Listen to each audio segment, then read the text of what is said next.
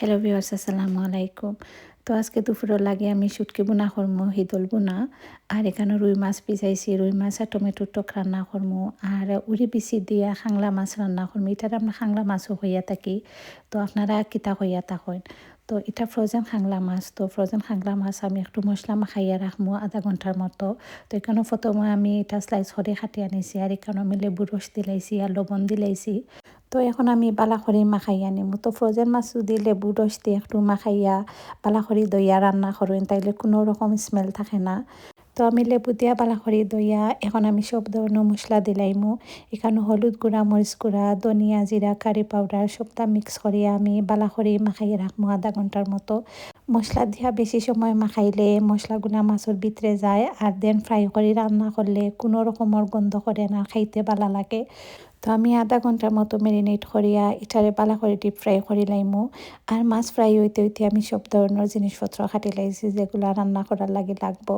তো এখানে আমি ধনিয়া পাতা কাটিয়া রাখছি, টমেটো আর কাঁচামরিচ আর রুই মাছও ক্লিন করে লাইছি। রুই মাছ এখনও ফ্রাই করা হয়েছে না, তো সবটা কাটাকুটি করিয়া রাখি লাইলাম। তো রান্না এখন করতে আর বেশি সময় লাগতো না।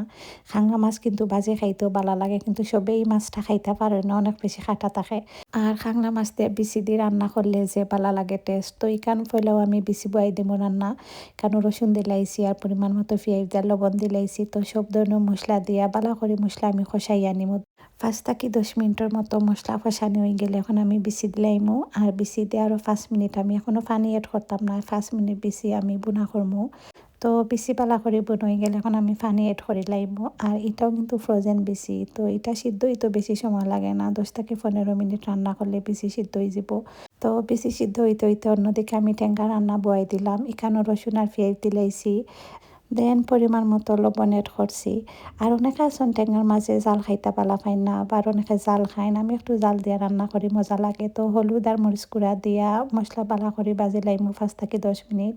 অন্যদিকে আমি হিদলগুলাও ক্লিন করিয়া রাখি লাইছি। তো টমেটোর টেঙ্গার লাগে মশলা বাজ হয়ে গেছে, এখন আমি টমেটো দিলাইছি।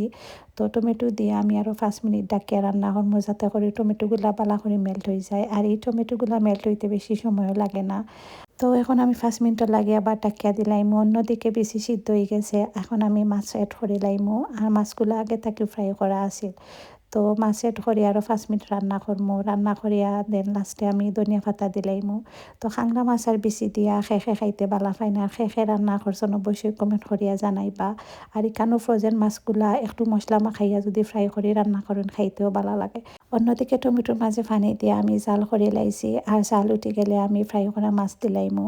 তো মাছ দিয়ে আমি আরও 5 মিনিটের মতো রান্না করমু। দেন আমি দিলাইমু ধনিয়া পাতা। আর এই টমেটোর টকটা কিন্তু আমরা সিলেটের মাসে খাইতা যে বালা পাই। তো দেখবা লাঞ্চের সময় কিন্তু একটা টকর তরকারি থাকলে খাইতে ভালোও লাগে। আমার সব ধরনের টেঙ্গা থাকে, টমেটো টেঙ্গা খাইতে ভালোও লাগে।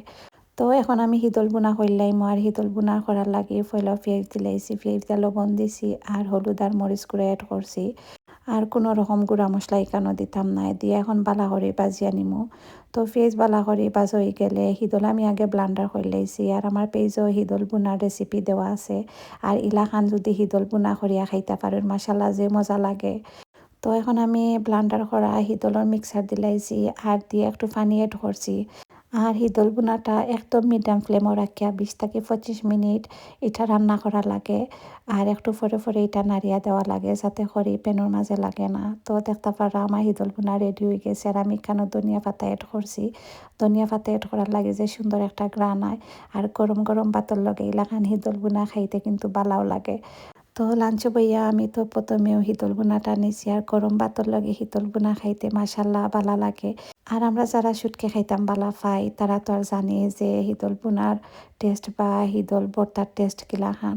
তো লাঞ্চ শেষ করিয়া আমি রসমালাই খাইলাম। আর রসমালাইটা আমি গতকালকে বানাইছিলাম, মাশাল্লাহ খুবই ভালো টেস্ট হয়েছে। তো ভিউয়ার্স আজকের ভিডিও অতটুকু।